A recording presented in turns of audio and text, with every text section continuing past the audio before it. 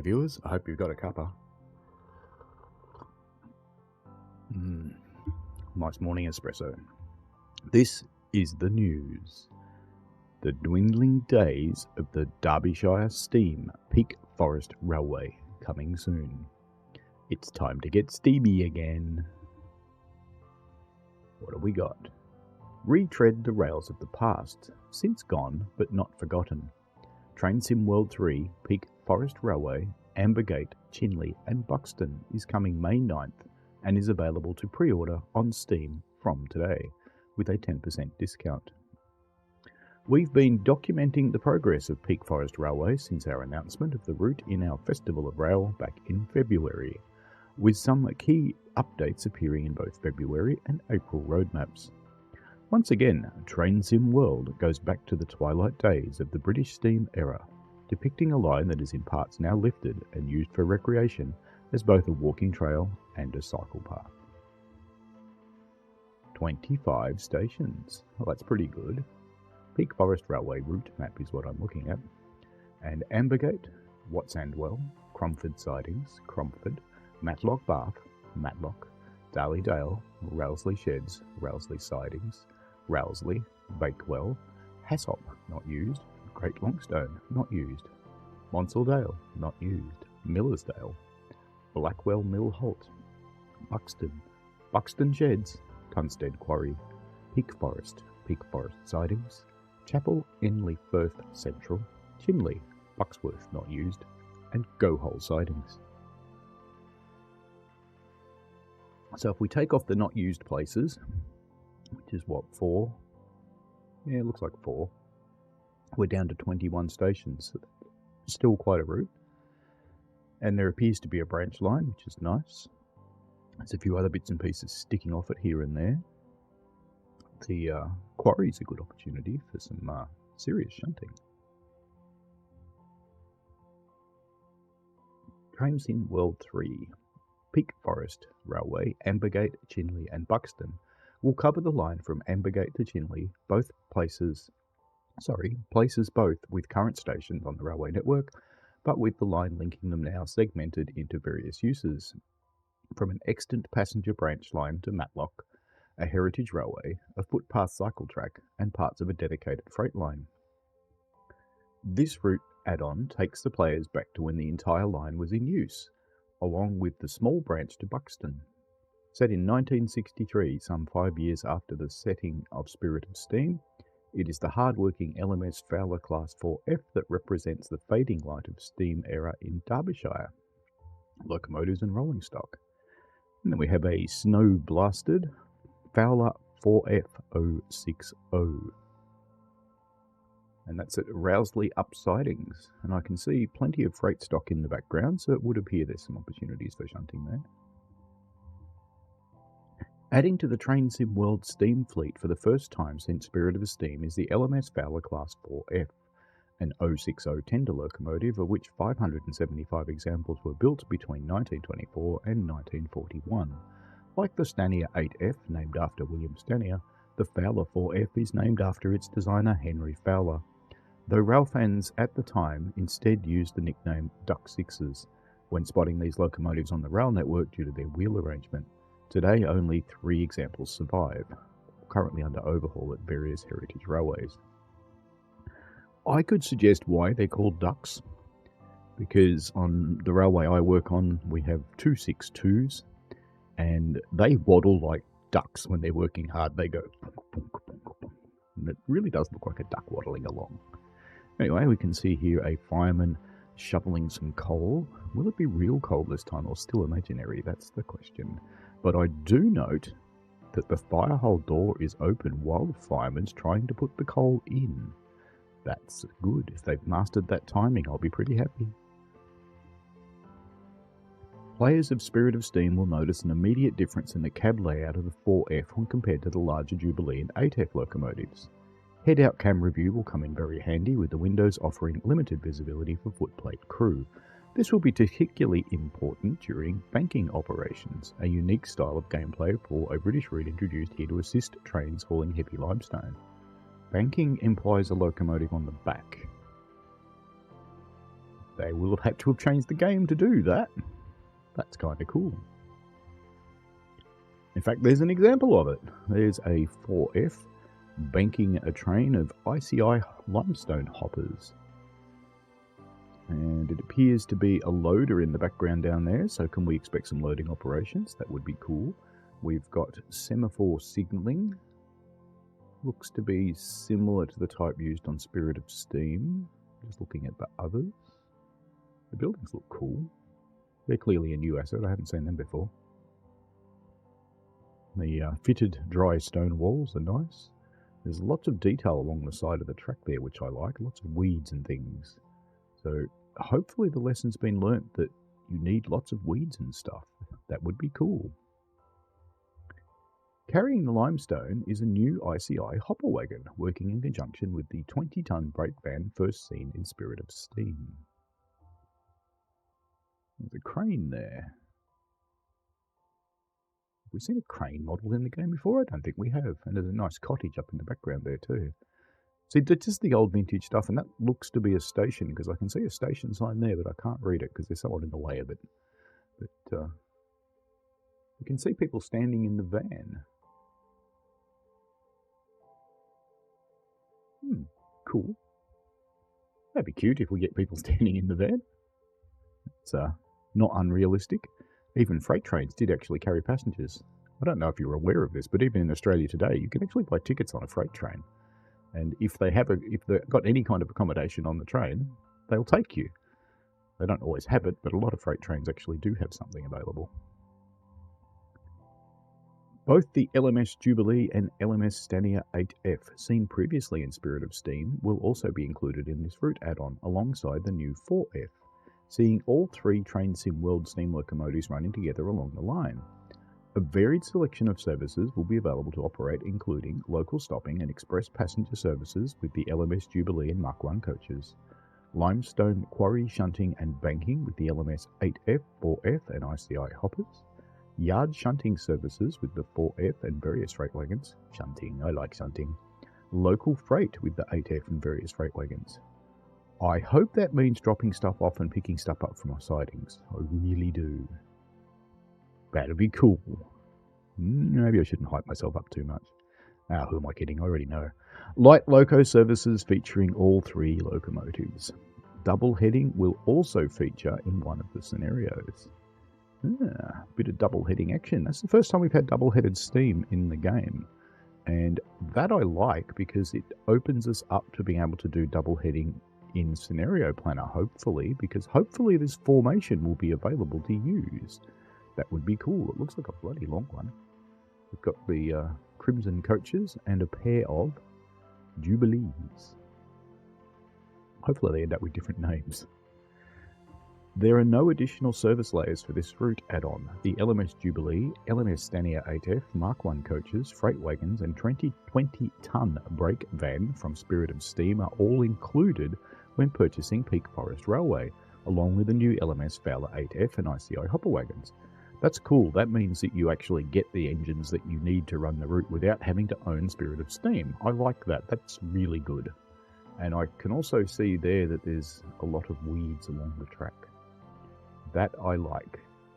I hope the whole route's like that. I can see telephone wires in the background there. They do seem to mysteriously end at the river, but I guess they could run down the pole and come across. We do that in our railway. We take stuff across creeks and roads and things underground. It's just easier. You can see buildings on stilts. There's a little local signal box there. That looks like a relatively large station where that's sitting. Because if I look at the station lights down the right hand side there, I can see that they go down next to that train, but I can also see they go the other way. So that looks like a fairly large sort of junction station. Cool. There are no additional service layers. I've read that. Relive a route almost lost to time. So this is Ambergate. So it's in the twilight era of Steam, so things should be tidy because railway people take a pride in their stuff, but it should be a little bit grubby, reflecting the money they don't have in their budgets. And it certainly is a little bit grubby. I can see some grub on the bridge. Looking down on the cart there, it'd be nice to see those things splattered around. I can see some era-appropriate luggage. Do you know how much those kinds of suitcases and trunks cost now? They're ridiculous. I can see a engineman's tea. So that's a little teapot with a cup on top. They're a white enamel thing. A couple of our drivers still use those.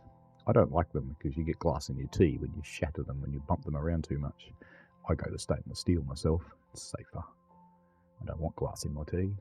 There's some era-specific posters there. There's one that looks about dancing, and the other one looks to be about footy.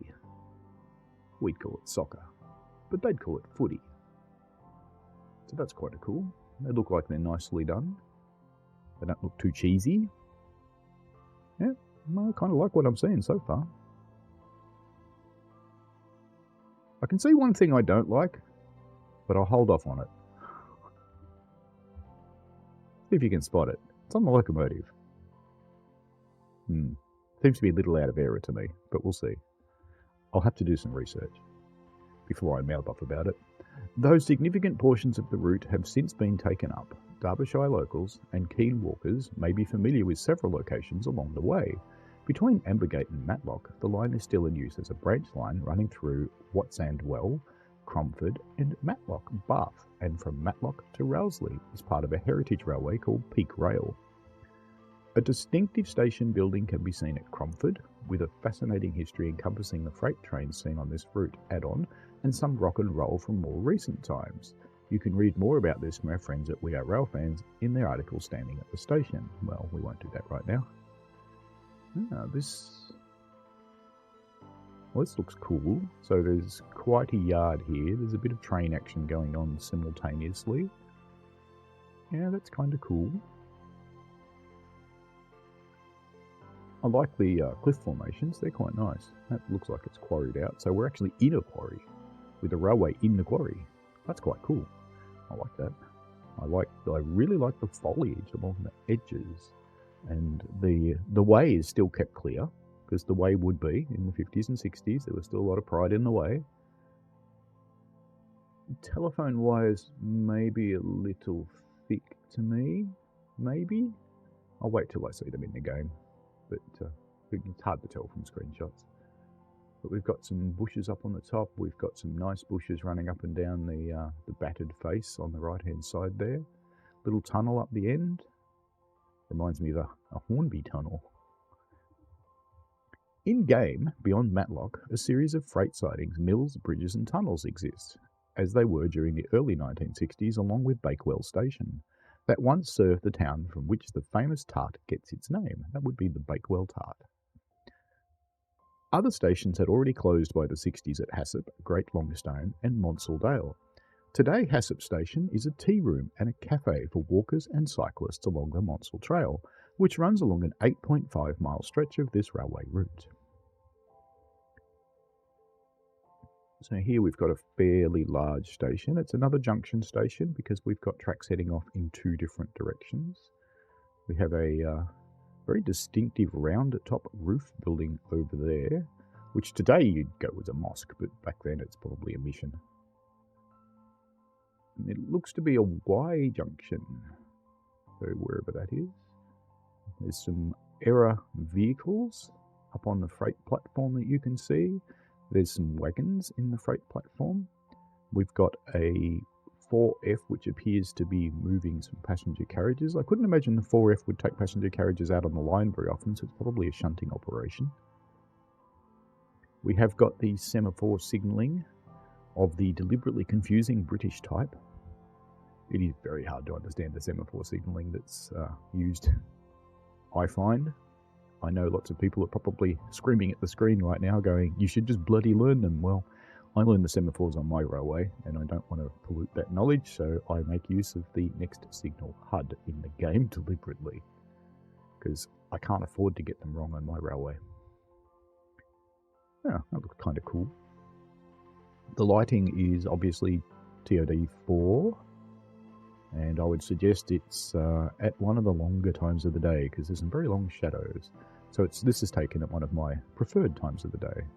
I'm not a fan of the middle of the day lighting in TOD4. I'm really not. From about 11 a.m. to about 3 p.m, it's just too damn bright. The rest of the time, really like it. Hope Dovetail can find a way to blend those two. I know they're aware of it, and I know that hopefully we can get it sorted. The line continued via Millersdale, Peak Forest, and Chapel Enley Frith Central to reach Chinley at the northern limit of this route. The branch heading off to Buxton, a spa town famed for its spring water, also features as a terminus for passenger services, branching off at the junction between Millersdale and Peak Forest stations. Part of the real lifeline still exists between Buxton and Chinley and is in use today for freight trains as part of the Great Rocks Line. So there's going to be a reveal stream for this on Twitch, YouTube and Facebook at 1800 UTC, which is 1900 British Standard Time, so that's 6 o'clock UTC for mortals, which would make it about 5 a.m. for me, I think, on Thursday the 4th of May. May the 4th be with you. For a preview of Train Sim World 3, Peak Forest Railway, Ambergate, Chinley and Buxton. Train Sim World 3, Peak Forest Railway, Ambergate, Chinley and Buxton route add-on is available to pre-order from Steam today with a 10% discount. It will release on May the 9th. That's not very far away. What do you say? We're the 26th right now, so that's only a couple of weeks. And it will release for the Xbone, the Xbox Series X and S, PlayStation 4, PlayStation 5, Epic Game Store, and Steam. And £29.99, $39.99 US, €35.99 Euro, which means in the vicinity of $55 for the Aussies. Your mileage may vary on the pricing. The best region to buy games in is actually Argentina. This game would be nearly free for us. However, if you get caught by Steam doing that, it has predictable results. Anyway, you can find out more about them on Twitter, Instagram, Facebook, YouTube, Twitch, and TikTok. Oh dear, they've gone to TikTok. Oh well, that's okay. Well, I don't want to overhype it, but I do have to say I'm looking forward to this one. I'm partial to a steam engine. Most of you know I'm a fireman. So I'm not hoping for manual firing. I'm really not. But I'm hoping that the steam physics is better than Spirit of Steam. I know they've been working pretty hard in this arena, so I'm expecting some better outcomes. I'm expecting some better steaming. I'm expecting some better locomotive handling than we've had in Spirit of Steam. I do like the images of the route that I've seen so far. Of course, just with the doubters, of course, they'll be cherry-picked. They'll be the best images that they could find. But I like what I'm seeing. I'm like seeing grass and weeds up around the edges of the line. I like that the lines themselves are clear, because the way in this time frame would have been kept very clear by the gangs. There's not much chance of anything growing along the way itself, so I appreciate that. I like the general look of worn and grub that we see in the buildings, but are obviously still well cared for. So if we flip back up to here to Ambergate, for example, you can see that this place, they're trying to take care of it. So everything within reach is pretty nice. Windows are clean. The frames have got a bit of grub, but they're going to be running out of paint. The barge boards around the top of the roof up there, they're called barge boards. I think they're called barge boards.